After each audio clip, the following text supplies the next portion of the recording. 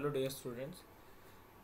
तो बेटा आज हम स्टार्ट कर रहे हैं अपना नया topic that is the solubility. इससे पहले हमने सॉल्यूशन और उसके ऊपर न्यूमेरिकल्स जो थे हमने काफ़ी 90-20 अराउंड न्यूमेरिकल्स हमने यहाँ डिस्कस कर लिए थे।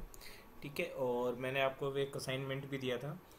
वो असाइनमेंट मैं आपको नेक्स्ट जो वीडियो आएगी इसके बाद, यानी कि मंडे को या आपको संडे को जो भी वीडियो मिलने वाली, उसमें उन्हीं न्यूमेरिकल्स को मैं सॉल्व करके आपको दे दूंगा। क्योंकि कई बच्चों की प्रॉब्लम आई कि इसका आंसर क्या है या हमने सही किया गलत किया है, तो वो पता नहीं चल रहा उनको, तो फिर मैं वो सॉल्व करके आपको दे दूंगा। ठीक है, तो इस वीडियो में हम पढ़ेंगे एक नया topic that is the solubility.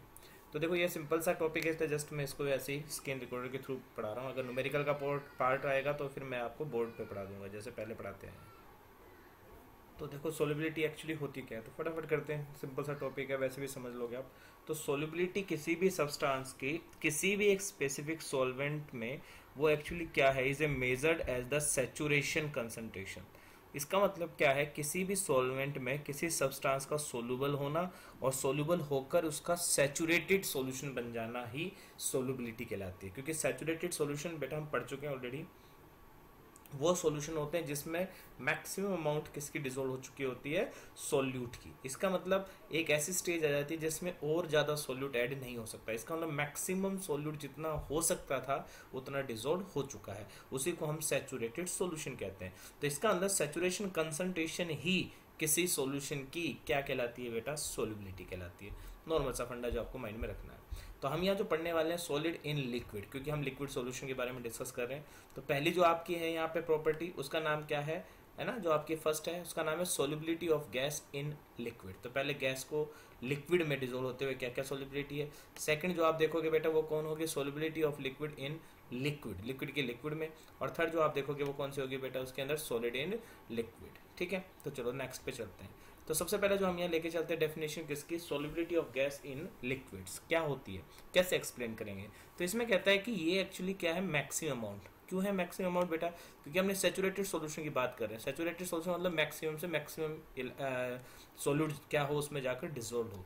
तो इसलिए हम कहते हैं ये मैक्सिमम अमाउंट है गैस की जो डिसॉल्व हो रही है पर unit volume of the liquid solvent. ठीक है, और किस पे, at a particular temperature and 1 atmospheric pressure. तो 1 एटमॉस्फेरिक प्रेशर पे, रूम टेम्परेचर पे जितनी ज़्यादा से ज़्यादा अमाउंट गैस की किसी लिक्विड में है ना, वॉल्यूम ऑफ लिक्विड सॉल्वेंट में डिसॉल्व होती है, that is called solubility of gas in a liquid.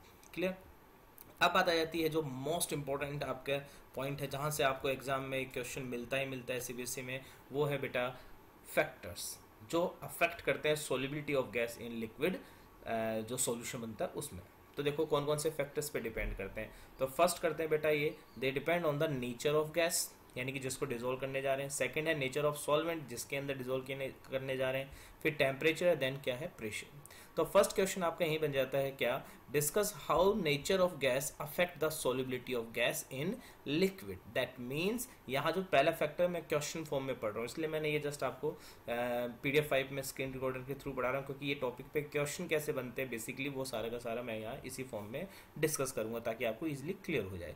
तो देखो क्या कहता है, 4 फैक्टर में से पहला फैक्टर हम बात डिस्कस करें नेचर ऑफ गैस कैसे करते हैं। तो देखो इसमें क्या कहता है, सबसे पहला जो है आंसर कि gas is highly soluble in solvent if it has, ये इंपॉर्टेंट पॉइंट है कि किसी भी गैस को हम देखेंगे वो हाईली सोल्यूबल है सॉल्वेंट में, कब, अगर उसका हाईली क्या है, critical temperature. High critical temperature किसी भी गैस का होने का मतलब है वो इजीली बेटा क्या हो जाती है, लिक्विफाई हो जाती है ना। जितनी जल्दी लिक्विफाई होगी, हम डिसॉल्व भी किस में कर रहे हैं, लिक्विड में, तो कोई चीज जितनी जल्दी लिक्विफाई होगी वो लिक्विड में उतनी जल्दी से क्या हो जाएगी, वहां पे सोल्यूबल हो जाएगी। क्लियर हुआ। तो किसी भी गैस का क्रिटिकल टेम्परेचर अगर ज्यादा हो, दैट मीन्स इजीली लिक्विफाइड हो, तो बड़े आराम से सोल्युबिलिटी हाईली दिखा देती है। Second, magnitude of attractive forces between the molecules और high value of Van der Waals constant ए।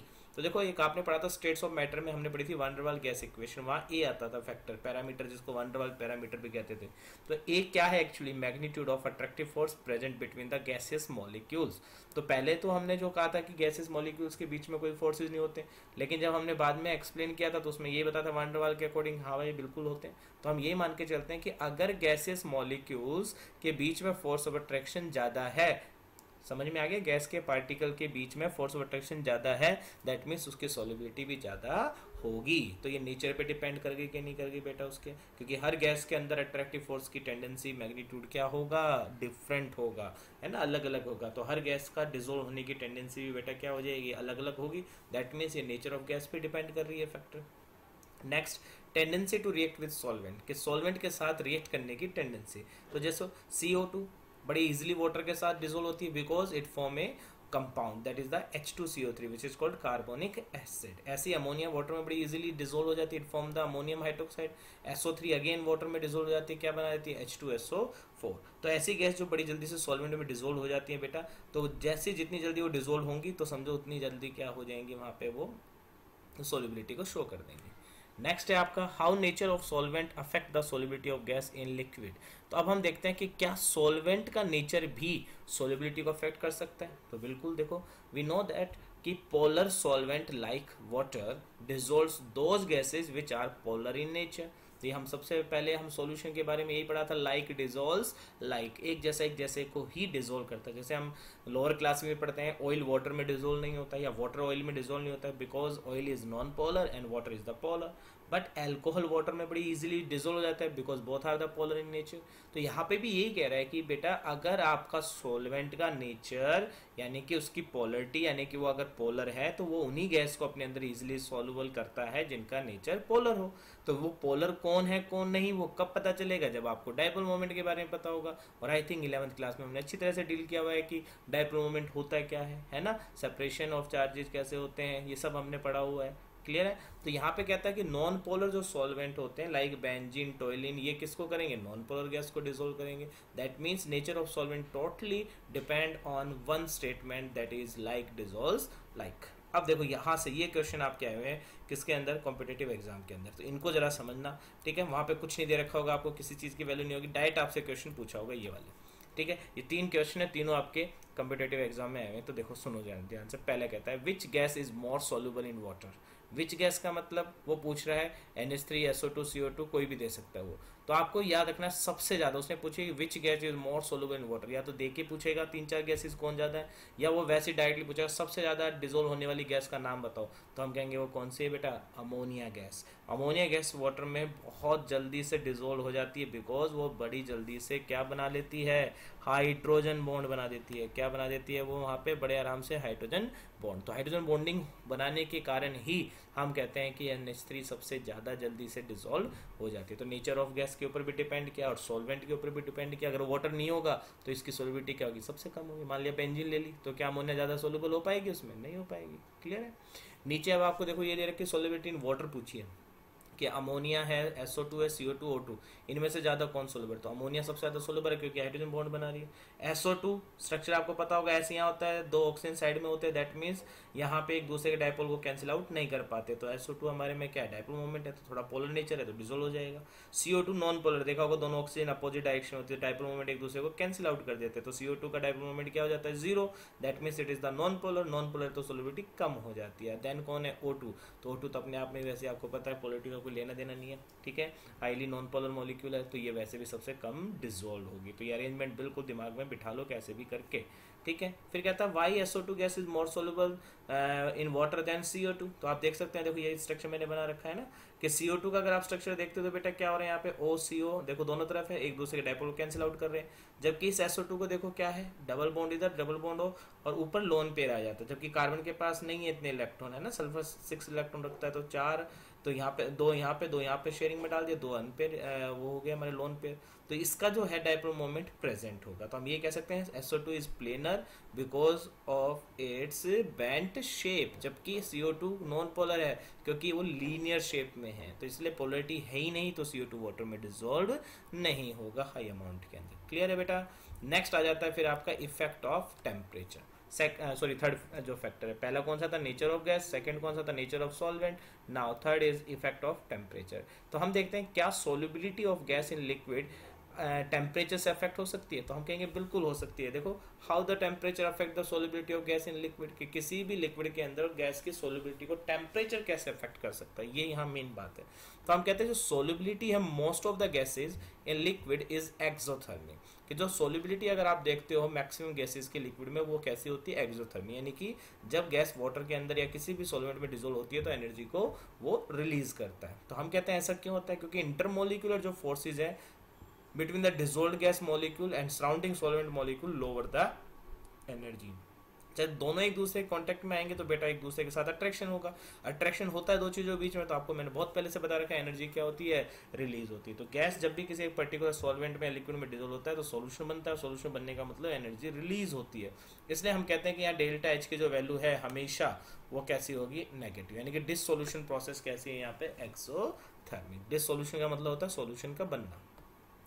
अब बात आती है कि equilibrium will shift in the backward direction with increase in the temperature, so solubility will decrease. तो देखो अगर ये है हमारे पास इक्विलिब्रियम, इक्विलिब्रियम में ली-चैटरल प्रिंसिपल आप लोगों ने पढ़ा था क्लास 11th में। अब आगे की जो है आपके वो एक्सोथर्मिक है। तो अगर मैं टेम्परेचर बढ़ाऊंगा तो क्या होगा, रिएक्शन फॉरवर्ड नहीं जाएगी, रिएक्शन कहाँ जाएगी, बैकवर्ड, अकॉर्डिंग टू ली-चैटरल प्रिंसिपल। इसलिए मेरे को गैस प्लस सॉल्वेंट जो मैं, यानी कि गैस को जो मैं सॉल्वेंट में मिलाने जा रहा हूँ तो ये मेरे को मिलाना लो टेम्परेचर पे करना पड़ेगा अगर आप ज़्यादा सॉल्युबिलिटी चाहते हो, क्योंकि दोनों के मिलने पे एक्सोथर्मिक प्रोसेस है। तो एक्सोथर्मिक हमेशा बेटा लो टेम्परेचर पे लेके चलते हैं। तो हम ये कह सकते हैं कि सॉल्युबिलिटी ऑफ गैस बढ़ सकती है, इंक्रीज हो सकती है अगर हम टेम्परेचर लो लेके चलें। क्लियर हुआ? सेम ऐसे क्वेश्चन एक आ जाता है, देखो काफ़ी इंपॉर्टेंट क्वेश्चन है ये भी, क्या है कि वाई ग्लोबल वार्मिंग और thermal pollution is harmful for the aquatic life या animals, for the aquatic life. तो कहता है एक्वेटिक लाइफ के लिए ग्लोबल वार्मिंग और थर्मल पॉल्यूशन क्यों हार्मफुल है? तो सिंपल सी बात है, बिकॉज जो solubility of oxygen in water वो डिक्रीज हो जाती है with increase in temperature. Global warming का मतलब टेम्परेचर बढ़ना सराउंडिंग का, थर्मल पॉल्यूशन का मतलब यही है कि जो सराउंडिंग है उसका थर्मल यानी कि टेम्परेचर इंक्रीज होना। तो बेटा अगर टेम्परेचर सराउंडिंग के इंक्रीज होने लग जाएगा तो जो ऑक्सीजन है, डिजोल्व्ड ऑक्सीजन जो है, जो एक्वेटिक एनिमल जिसकी हेल्प से अपने हम कह सकते हैं कि लाइफ को सर्वाइव कर रहे हैं वहाँ पे, तो वो जब ऑक्सीजन उनको कम मिलेगी तो ऑब्वियस है सोलिबिलिटी कम होगी, कम मिलेगी तो क्या होंगे, धीरे धीरे मरना स्टार्ट हो जाएंगे। ठीक है, तो इसलिए एक्वेटिक लाइफ पे काफ़ी अफेक्ट पड़ रहा है किसका, ग्लोबल वार्मिंग का।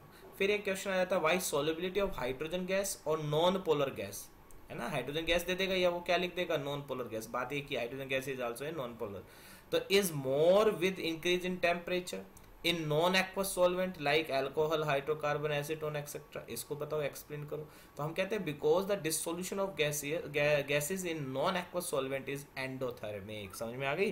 तो ये क्वेश्चन देखो यहाँ चेंज हो गया कि अगर मैं नॉन पोलर गैस को लेता हूँ और नॉन एक्वस में डालता हूँ, डिजोल्व करता हूँ, तो इंक्रीज टेम्परेचर करने पे सोलिबिलिटी बढ़ जाती है। रीजन, क्योंकि यहाँ पे जो प्रोसेस है यानी कि नॉन एक्वस में, नॉन एक्वस मतलब बिना पानी वाले किसी भी सॉल्वेंट में अगर आप कोई नॉन पोलर गैस को डिजोल्व करते हो तो वो प्रोसेस एंडोथर्मिक होती है। इसका मतलब वो हाई टेम्परेचर पे टेक प्लेस होगी। इसका मतलब जैसे जैसे टेम्परेचर बढ़ाओगे सोलिबिलिटी बढ़ती जाएगी, but in case of non aqueous solvent and non polar gas. But अगर हम किसी भी गैस को वाटर में डालते हैं तो बेटा एक्सोथर्मिक प्रोसेस होती है, तो हमेशा लो टेम्परेचर पे टेक प्लेस होगी। ठीक है, और नेक्स्ट आ गया है सबसे ज़्यादा इंपॉर्टेंट, जिस पे सीबीएसई मेहरबान होती है, हमेशा एक क्वेश्चन देती ही देती है, जिसका नाम है इफेक्ट ऑफ प्रेशर। तो इफेक्ट ऑफ प्रेशर का मतलब क्या है, इस यानी कि प्रेशर से क्या कोई इफेक्ट हो सकता है सॉल्युबिलिटी? तो भाइयों बिल्कुल हो सकता है, क्योंकि गैस है और गैस हमेशा प्रेशर से अफेक्ट होती है। तो इसलिए हम यहाँ कहते हैं what is the effect of pressure on the solubility of gas in liquid. तो देखो हम क्वेश्चन फॉर्म में पढ़ रहा हूँ मैं पूरा पूरा, ताकि आपको पता रहे क्वेश्चन कैसे आएगा और आपको सॉल्व कैसे करना है। तो देखो क्या कहते हैं, effect of pressure on solubility of gas in liquid is explained by the William Henry.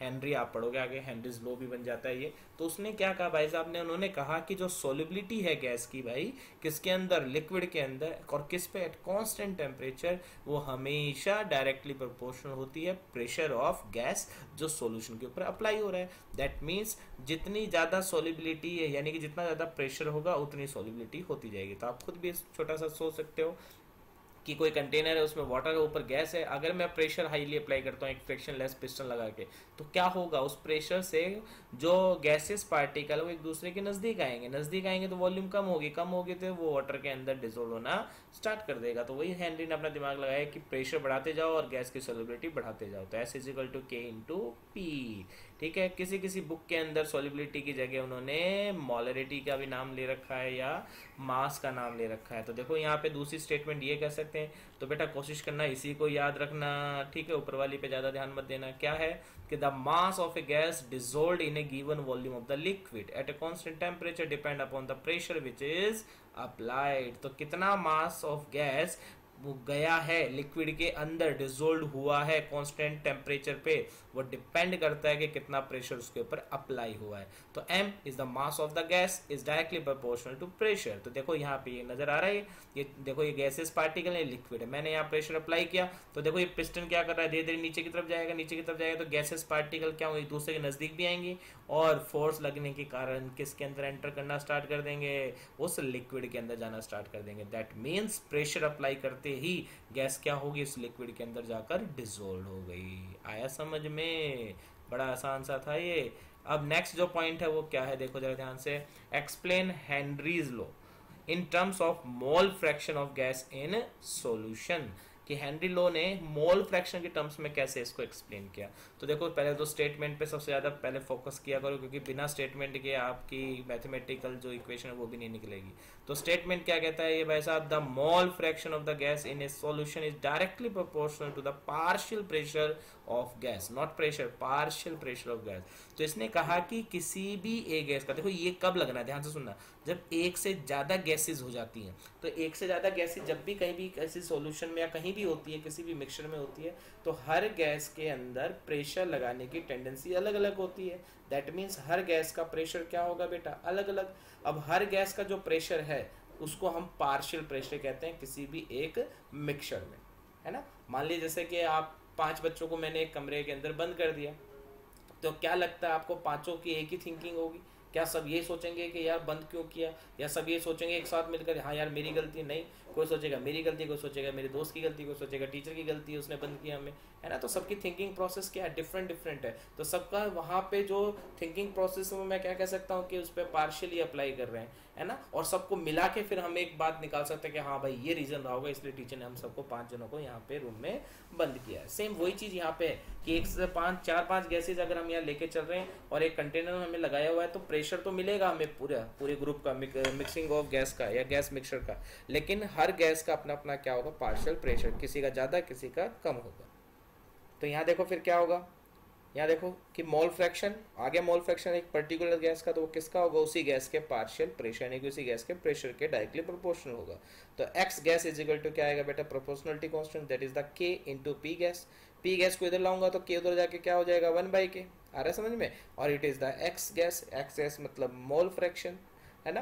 तो यहाँ जो 1/k है इसको हमने बेटा एक वैल्यू दी और वो क्या नाम दिया, KH, and KH is called the Henrys constant. तो बड़ा आसान सा, देखो कुछ भी नहीं करना है इसके अंदर, ठीक है। अब इसी इक्वेशन को लेके मैंने एक ग्राफ बनाया, ध्यान से देखना क्या। तो एक ग्राफिकल रिप्रेजेंटेशन भी कई बार वो दे देता है। तो प्रेशर को उसने लिया है y एक्सिस के अलोंग और x गैसेस को यानी कि मोल फ्रैक्शन को लिया है x एक्सिस के अलोंग, ठीक है। अब वो कहता है KH। तो देखो आपको एक इक्वेशन पता है, y is equal to mx plus c। याद होगा मैंने कहा चुका हूँ, स्ट्रेट लाइन की मैप के लिए बहुत जरूरी होती है, मैप कह रहा हूँ सॉरी ग्राफ के लिए बहुत जरूरी होती है। तो y is equal to M X plus C. तो m क्या है बेटा, यहाँ स्लोप जो x के साथ होती है, ठीक है, जिसको टेन थीटा भी कह देते हैं, टेंजेंट थीटा, या KH भी आएगा। क्यों, देखो यहाँ KH क्या है ये, और x को x के लोंग कर रखा तो ये हो गया, और c क्या, इंटरसेप्ट। तो यहाँ कुछ है ही नहीं प्लस में, तो c का मतलब 0 हो गई। तो जब भी कभी इंटरसेप्ट 0 होता है तो हमेशा ग्राफ कहाँ से, ओरिजिन से स्टार्ट होता है। तो यहाँ किसी न किसी एंगल से होगा जिसको थीटा नाम दिया। तो स्लोप यहाँ क्या हो गया, अगर आपसे कोई पूछता है तो स्लोप इज ऑलवेज KH। तो KH is the slope of Henry equation. तो हेनरी जो इक्वेशन थी उसकी स्लोप अगर आपसे कोई पूछता है तो हमेशा याद रखना KH। क्लियर है? कब, जब आपका ग्राफ प्रेशर और मोल फ्रैक्शन के बीच में लिया गया है। तो काफ़ी इंपॉर्टेंट ग्राफ है, इसको अच्छी तरह से याद करके जाना, दिमाग में रखना इस चीज़ को, ठीक है बेटा। नेक्स्ट आ जाता है what are the limitations of Henry law, के हेनरी लॉ की लिमिटेशंस क्या क्या है। तो कहता है this law is applicable to the gases only under ideal condition. ये ध्यान रखना कि हेनरी लॉ है वो आइडियल इक्वेशन कंडीशन पे फॉलो किया जाता है। That means under low pressure and high temperature ही क्या होगा, यहाँ गैसेस वाटर में सोल्यूबल होंगे या किसी भी लिक्विड के अंदर, ये एक लिमिटेशन हो गई। दूसरा, molecules of gas should not be dissociate और एसोसिएट इन द सॉल्यूशन, तो उसके अकॉर्डिंग नहीं होना चाहिए, लेकिन ऐसा होता है। देखो गैसेस क्या होती है, देखो बड़े आराम से क्या हो रही है, वाटर के साथ डिजोल्व हो रही है और डिजोल्व के कंपाउंड बना रही है। तो इसने कहा कंपाउंड भी नहीं बनाना चाहिए, लेकिन ऐसा भी होता है। तो ये सब इसकी क्या हुई, लिमिटेशन, यानी कि इसके अकॉर्डिंग ऐसा नहीं होना चाहिए था, बट ये सारी चीज़ें वहाँ होती हैं। ऐसी भी आपके केसेस मिलते हैं जहाँ पे ये सारी पॉइंट को फॉलो किया जाता है। तो इसलिए हम क्या कहते हैं, ये हेनरी लॉ की बेचारी की क्या हो गई, कुछ लिमिटेशंस हो गई। क्लियर है। फिर कहता है what is the salting out effect. Salting out effect क्या होता है, तो देखो gas are less soluble in water if some salt are already dissolved in it, it is called the salting out effect. If non-electrolyte like sugar, urea are also dissolved in the water, then solubility of gases will be low. इसका मतलब क्या, देखो सोचो, ध्यान से सुनो। Gas पानी में मैं डिजोल्व करने जा रहा हूँ, तो गैस पानी में डिजोल्व हो रही है क्योंकि उसके साथ अट्रैक्शन करना चाहता है। अब सोचो अगर ऑलरेडी मैंने उसमें कुछ डाला हुआ है, लाइक सोल्ट डाल दिया या कोई भी यूरिया, शुगर डाल दी, नॉन इलेक्ट्रोलाइट कुछ भी डाल दिया, तो इसका मतलब मैक्सिमम जो वाटर के पार्टिकल्स है ऑलरेडी वो अट्रैक्टेड है ना किसी दूसरे के साथ। तो जब मैं गैस को उसमें डालूंगा बेटा डिजोल्व कराने के लिए, तो क्या वो ज़्यादा गैस को अपने अंदर डिजोल्व कर पाएंगे? नहीं, क्योंकि ऑलरेडी वो किसी के साथ बॉन्ड बना के बैठे हुए हैं। तो इसलिए हम क्या कहते हैं कि गैस बहुत लेस सोल्यूबल हो जाती है। तो देखो कई बार पेपर में आ जाता है कि जो गैसेज है, मान लिया कोई भी H2 गैस या O2 ले लिया, जस्ट आपको SO2 या अमोनिया कह दिया, चलो अमोनिया ले लेते हैं, हम जानते हैं अमोनिया वो पानी में सबसे ज़्यादा घुलती है। उसने कहा कि अमोनिया है, एक आपके पास नॉर्मल वाटर है ना, एक आपके पास सॉल्ट वाटर है, बताओ अमोनिया ज़्यादा डिजोल्व किस में होगी? तो याद रखना हमेशा, जो नॉर्मल वाटर है उसमें आपकी NH3 ज़्यादा डिजोल्व होगी, क्योंकि वहाँ मॉलिक्यूल जो है वाटर के किसी और के साथ अट्रैक्शन में नहीं है, तो बड़े आराम से उन अमोनिया गैस के साथ हाइड्रोजन बॉन्ड बना लेंगे। जबकि सोल्ट जो आपका वाटर है, सॉल्टी जो वाटर है, ऑलरेडी उसमें क्या है, वाटर मॉलिक्यूल सोल्ट के साथ कनेक्टेड है, बॉन्डेड है उनके साथ एसोसिएशन में, तो क्या वो गैस के साथ ज़्यादा बॉन्ड बना पाएंगे? नहीं बना पाएंगे। समझ में आई बात? तो इसी इफेक्ट को हम क्या कहते हैं, सॉल्टिंग आउट इफेक्ट। फिर आ जाती है, देखो ये काफ़ी इंपॉर्टेंट पॉइंट है, इसको मत भूलना भाई, क्योंकि इससे क्वेश्चन आया हुआ है क्या, कि what are the characteristics of the KH। KH समझ गए क्या होता है, हेनरी कांस्टेंट। तो क्या क्या इसकी कैरेक्टरिस्टिक्स है, कहाँ का यूज होता है, क्या क्या देखने में मिलता है इससे। तो पहला कहता है KH for gas varies with the nature of solvent. तो KH है वो किस पे वेरी करता है, किस पे डिपेंड कर जाता है, नेचर ऑफ सॉल्वेंट, कि जिसमें डिजोल्व कर रहे हैं वो कैसा है। सेकंड जो वैल्यू है किसकी, KH की, पर्टिकुलर गैस के लिए, वो हमेशा इंक्रीज होगी विद राइज ऑफ टेम्परेचर। इसका मतलब KH की वैल्यू हमेशा बढ़ते हुए टेम्परेचर के साथ इंक्रीज होती है, इसका मतलब डायरेक्टली प्रोपोर्शनल होगी एक तरह से। और सोलुबिलिटी आप जानते हो इन टेम्परेचर के क्या होती है, हमेशा इन्वर्सली। क्यों होती है बेटा, आप जानते हो, मैंने बताया, क्योंकि किसी भी गैस का वाटर में डिजोल्व होना एक्सोथर्मिक होती है। एक्सोथर्मिक का मतलब लो टेम्परेचर पे वहाँ पे प्रोसीड होगी, यानी कि गैस पानी में ज़्यादा कब घुलेगी, जब टेम्परेचर लो हो। तो KH की वैल्यू कब बढ़ेगी, जब टेम्परेचर बढ़ेगा। लेकिन टेम्परेचर बढ़ेगा तो सोलिबिलिटी डिक्रीज हो जाएगी, घट जाएगी। तो हम यहाँ से क्या कह सकते हैं कि किसी भी गैस की solubility inversely proportional to 1 by temperature और 1 by KH। तो देखो अब कैसे क्वेश्चन अटकता है, ये देखो आपको दो गैस पकड़ा देगा वो, एक He और एक क्या दे देगा, H2, ठीक है। उसकी KH की वैल्यू दे दी, एक की 144 है, एक की 169 है। अब आपसे कहेगा बताओ 293 केल्विन, टेम्परेचर देखो फिक्स कर दिया है, 293 पे किसकी सोलिबिलिटी ज़्यादा होगी। तो किसका KH वैल्यू ज़्यादा है बेटा, इसका, है ना। तो हम क्या कहेंगे, H2 gas is more soluble, क्योंकि इसका KH ज़्यादा है तो इसकी सोलिबिलिटी कम होगी। इसका KH की वैल्यू क्या है, कम है, तो इसकी सोलिबिलिटी ज़्यादा होगी। तो KH की वैल्यू देके भी वो सोलिबिलिटी पूछ सकता है, which one is more soluble, which one is less soluble. Clear. Now what are the applications of the Henry law. Henry law की क्या क्या एप्लीकेशन हो सकती है, तो हेनरी लॉ की काफ़ी एप्लीकेशंस है जो कि पेपर में पूछा जाता है। तो एक तो कौन सी है, रेस्पिरेशन के लिए यूज़ होती है, सांस लेने में यूज़ होती है ना। एक कार्बोनेटेड बेवरेजेस जितने भी है, कोल्ड ड्रिंक समथिंग जितने भी हैं। एक हाई एल्टीट्यूड सिकनेस क्यों होता है, उसको भी हेनरी की एक एप्लीकेशन यानी कि हेनरी लॉ ने एक्सप्लेन किया। इन स्कूबा डाइवर्स जो इक्विपमेंट होते हैं उसके अंदर हम हीलियम को क्यों यूज़ करते हैं, उसका भी यूज़ किया गया है, उसके भी एक एप्लीकेशन है। एक्वेटिक एनिमल लाइफ के ऊपर भी एक एप्लीकेशन है, यानी कि हेनरी लॉ को हमने अप्लाई किया और अप्लाई करके इन चीज़ों के बारे में एक्सप्लेनेशन दी, तो यही कहलाती है हेनरी लॉ की एप्लीकेशन। तो देखो चलो पहली बात सुनते हैं हम यहाँ पे क्या, या पहला क्वेश्चन क्या बनता है कि why soft drinks and the soda water bottle are sealed under high pressure. कि जो सॉफ्ट ड्रिंक्स होती हैं या सोडा वाटर बॉटल्स होती हैं, शैम्पेन होती हैं, कुछ भी लगा लो, वो हाई प्रेशर में आपने देखा होगा सील होती है। देखो सॉफ्ट ड्रिंक की बोतल आपने देखी होगी, बोतल कांच वाले की बात कर रहा हूँ, है ना। तो आपने देखा होगा कि उसके ऊपर कैप देखी होगी आपने, एक आती है, बड़ी मुश्किल से ओपन होती है, बिना ओपनर के तो जल्दी से आप ओपन भी नहीं कर पाते। तो रीजन है कि इतनी हाईली वो इतनी सील जो है इतनी टाइटली सील क्यों होती है, रीजन ताकि जो अंदर प्रेशर है वो डेवलप रहे। तो अंदर प्रेशर हाई है, उसको रोकने के लिए हम उसमें सील कर देते हैं स्ट्रांगली टाइटली। तो कहता हूँ ऐसा क्यों करते हैं, ताकि हम क्या कर सकें, सोलिबिलिटी ऑफ CO2 को बढ़ा सकें, क्योंकि हमने ज़्यादा प्रेशर दिया है। अगर लूज सीलिंग है, लूज सील लगाई है, तो क्या होगा बेटा, धीरे धीरे धीरे धीरे धीरे क्या होगा, प्रेशर रिलीज हो जाएगा। रिलीज हो जाएगा तो गैस की सोलिबिलिटी भी कम हो जाएगी। तो ज़्यादा प्रेशर को हैंडल करने के लिए हम स्ट्रांगली उसको सील कर देते हैं।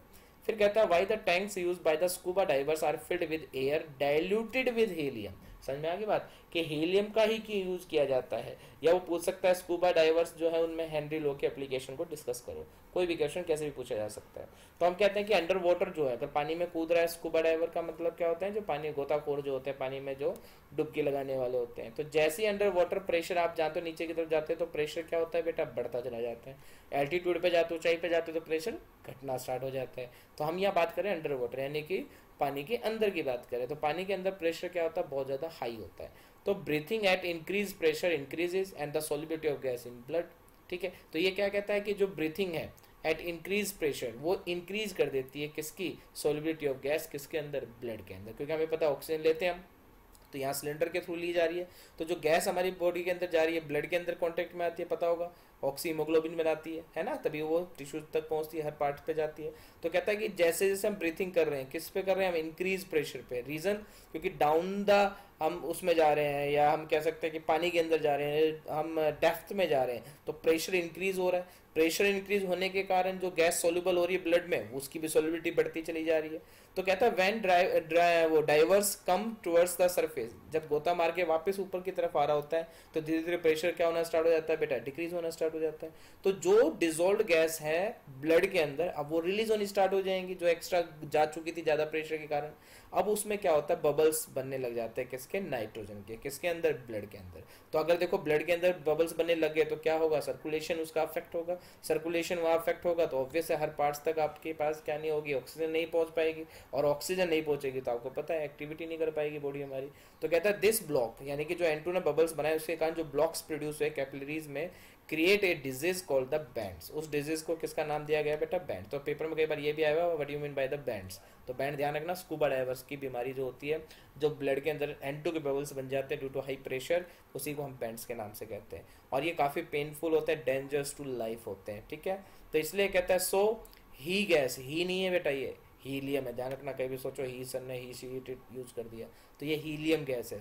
सो helium gas is added to tank to reduce और minimize the painful effect. That means helium जो बबल्स बन रहे थे नाइट्रोजन के हाई टेम्परेचर पे, उसको डेवलप होने नहीं देता है। और ये जो आपका कंपोजिशन है बेटा, इसको याद कर लो, कई बार कॉम्पिटिटिव एग्जाम में आया हुआ है कि बताओ इसके अंदर कितने कितने होते हैं। तो ये याद रखने वाली बात है, हीलियम 11.7% होता है, नाइट्रोजन 56.2% होता है, ऑक्सीजन 32% होता है। ठीक है, नेक्स्ट फिर आ जाता है आपका क्वेश्चन क्या है, वाई माउंटेनियर जो होते हैं, क्लाइंबर जो होते हैं, जो चढ़ते हैं पहाड़ों पे, है ना, तो उनके बारे में पूछ रहा है कि जो हमारे माउंटेनियर्स होते हैं become patient of the anoxia. Anoxia का मतलब क्या है, weak and unable to think clearly, यानी कि ढंग से ना सोच पाने की बीमारी जो होती है उसको एनोक्सिया कहते हैं। तो कहते हैं जो पहाड़ों पे चढ़ते हैं उनके साथ ये बीमारी तकरीबन मिल जाती है। तो कहता है ऐसा क्यों होता है, क्यों मिलती है ऐसी बीमारी। तो कहता है जैसे जैसे हम एल्टीट्यूड की तरफ जा रहे हैं तो बेटा क्या हो रहा है, partial pressure of oxygen is less than that the ground level. तो ऊपर की तरफ जाओगे तो प्रेशर क्या होता जा रहा है, कम होता जा रहा है। तो ऑक्सीजन की जो अमाउंट है वो भी कम होती जाएगी एटमॉस्फेयर में, एज वेल एज जो ऑक्सीजन का पार्शियल प्रेशर है वो भी कम होता जाएगा। तो क्या होगा, जैसे ही ऑक्सीजन गैस का पार्शियल प्रेशर कम होगा तो solubility of gas in blood भी क्या हो जाएगी, कम हो जाएगी। बेटा कम घुलेगी ना, क्योंकि प्रेशर कम होता जा रहा है, कम डिजोल्व होगी तो एक्टिविटी बॉडी में वैसे ही कम हो जाएगी, है ना, ऑक्सीजन पूरे सब जगह नहीं पहुंच पाएगी बॉडी की। तो हम क्या कहते हैं, low concentration of oxygen blood causes anoxia. तो जो ब्लड नहीं पहुंच पा रहा, ब्लड के अंदर ऑक्सीजन प्रॉपर अमाउंट में नहीं पहुंच पा रही है, उसी कारण हमें एनोक्सिया होना स्टार्ट हो जाता है। फिर कहता है वाई एक्वेटिक एनिमल्स जितने हैं या स्पीसीज जो है फिश होगी, वो ज्यादा कंफर्टेबल होते हैं in cold water than the warm water. तो रीजन सिंपल सा है, क्योंकि water solubility of oxygen in water is always exothermic process, is always exothermic process. तो देखो अगर सॉल्युबिलिटी ऑफ ऑक्सीजन वाटर में घट रही है, इसका मतलब वहाँ क्या हो रहा है, इंक्रीज हो रहा है, किस में, टेम्परेचर में, क्योंकि एक्सोथर्मिक प्रोसेस है। तो एक्वेटिक एनिमल ज्यादा किस में कंफर्टेबल करेंगे, कोल्ड वाटर में। वाई कोल्ड वाटर में, क्योंकि टेम्परेचर कम है, टेम्परेचर कम है तो ज्यादा ऑक्सीजन उसमें डिजोल्व होगी पानी के अंदर, ज्यादा होगी तो प्रॉपर अमाउंट मिलेगी उनको, एक्वेटिक एनिमल्स को, है ना, सर्वाइव के लिए। तो उनको क्या होगा, इससे बेटर तो कोई बढ़िया बात नहीं है। तो इसलिए बड़े आराम से वो क्या हो जाएंगे, कोल्ड वाटर के अंदर कंफर्टेबल फील करेंगे। ठीक है बेटा, तो आज तक के लिए हम यहाँ करते हैं। तो हेनरी लो एक बार खुद पढ़ना है, हेनरी लो क्या होता है, उसकी लिमिटेशंस क्या होती हैं, उसमें मैथमेटिकल टर्म क्या होती है, और सबसे इंपॉर्टेंट उसकी अप्लीकेशंस क्या होती है। तो मैंने क्वेश्चन फॉर्म में पढ़ाया, जैसे पेपर के अंदर आते हैं सीबीएसई के अंदर, तो वैसे ही मैंने यहाँ डिटेल में डिस्कस किया आपको, और ये भी बताया कि कॉम्पिटेटिव एग्जाम में किस तरह के क्वेश्चन यहाँ से पूछे जाते हैं। अब पढ़ेंगे हम हेनरी लो के न्यूमेरिकल्स, देन फिर आगे फर्दर इसके टॉपिक। तो 3-4 टॉपिक्स हैं जो आपको यहाँ क्लियर होते चलेंगे। ठीक है, तो मान के चलो कि हाफ तक कराऊंगा, क्योंकि हाफ इसकी वीडियो ऑलरेडी मैं बना चुका हूँ, मैक्सिमम बच्चों के पास शेयर है। तो कोलिगेटिव प्रॉपर्टी तक पढ़ाऊंगा, कोलिगेटिव प्रॉपर्टी के बाद जितनी भी वीडियो है वो मैक्सिमम बच्चों के पास है, तो आप एक दूसरे से शेयर कर सकते हो उसको। ठीक है, क्योंकि बार बार एक चीज़ को पढ़ाने का कोई फ़ायदा नहीं, उसमें मैंने अच्छी डिटेल में सब कुछ समझाया हुआ है, क्वेश्चन फॉर्म में सबको समझाया हुआ है।